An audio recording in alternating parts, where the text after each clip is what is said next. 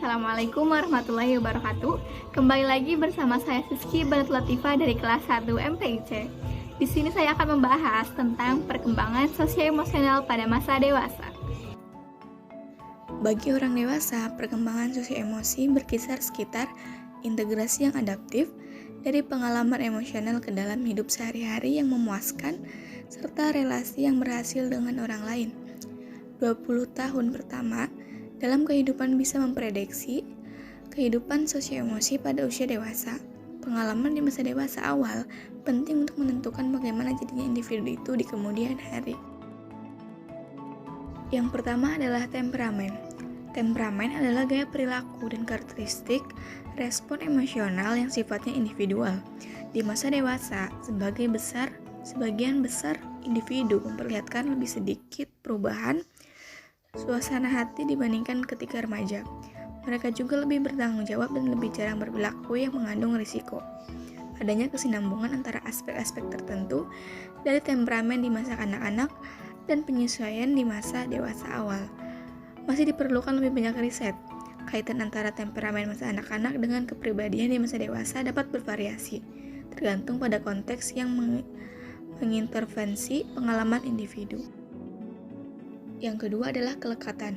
Kelekatan muncul di masa bayi dan turut memainkan peran penting dalam perkembangan sosio-emosi seseorang. Orang dewasa menunjukkan kelekatan yang aman dalam relasi romantisnya dengan pasangan, cenderung memiliki kelekatan yang aman pula dengan orang tua atau pengasuhnya di masa kanak-kanak. Meskipun demikian, dalam studi longitudinal lainnya, kaitan antara gaya kelekatan awal dengan gaya kelekatan di masa selanjutnya diperlemah oleh pengalaman yang menekan dan sangat merugikan, seperti kematian atau ketidakstabilan pengasuh. Selanjutnya adalah keintiman. Keterbukaan diri dan berbagai pikiran-pikiran personal merupakan tanda keintiman. Menurut Erikson, di awal masa dewasa, individu memasuki tahap ke-6, keintiman versus isolasi. Erikson mendeskripsikan keintiman sebagai proses menemukan diri sendiri, sekaligus peleburan diri sendiri di dalam diri orang lain. Keintiman juga membutuhkan komitmen terhadap orang lain. Jika seorang gagal mengembangkan relasi yang intim di masa dewasa awal, maka ia mengalami isolasi. Selanjutnya adalah ketertarikan. Secara keseluruhan, kawan-kawan dan kekasih kita memiliki lebih banyak kesamaan dengan kita dibandingkan ketidaksamaan. Kawan dan kekasih cenderung memiliki sikap, nilai, gaya hidup, dan daya tarik fisik yang menyerupai satu sama lain. Meskipun demikian, ada beberapa karakteristik berlawanan yang mungkin menjadi daya tarik.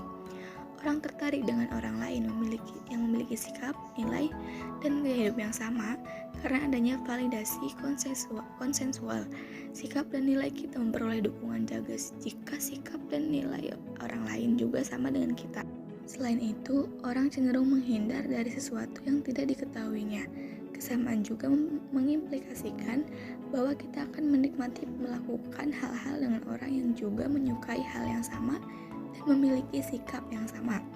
Meskipun secara abstrak kita memilih orang yang lebih menarik, dalam kenyataannya kita akhirnya memilih seseorang yang menyerupai level ketertarikan kita sendiri. Selanjutnya adalah persahabatan. Masa dewasa memberikan kesempatan untuk menjalin persahabatan baru ketika individu pindah ke tempat baru dan mungkin membangun hubungan persahabatan baru di lingkungan, tempat tinggal atau di tempat kerja mereka. Wanita cenderung lebih suka mendengarkan apa yang dikatakan oleh seorang teman dan bersimpati. Sementara pria lebih senang terlibat dalam suatu aktivitas dan menginginkan solusi praktis dibandingkan simpati. Bentuk-bentuk cinta. Cinta romantis, cinta bergairah atau eros. Komponen seksualitas dan gairah yang kuat di mana kedua hal ini sering menonjol di awal relasi cinta, mengandung berbagai emosi yang saling bercampur baur secara kompleks, seperti ketakutan, kemarahan, hasrat seksual, kegembiraan, dan cemburu. Yang kedua, cinta afektif. Cinta karena kedekatan. Tipe cinta yang terjadi ketika seseorang menginginkan seseorang berada di dekatnya dan memilih afeksi mendalam dan perhatian terhadap orang itu. Yang ketiga, cinta yang sempurna. Melibatkan ketiga dimensi, gairah, keintiman, dan komitmen. Strindberg mengajukan teori triasik cinta, di mana cinta dapat dipandang sebagai sebuah segitiga yang terjadi dari 3 dimensi utama, gairah, keintiman, dan komitmen. Mungkin hanya itu yang dapat saya jelaskan. Saya meminta maaf apabila ada kesalahan dalam berkata dan kekurangan dalam penyampaian materi. Terima kasih. Wassalamualaikum warahmatullahi wabarakatuh.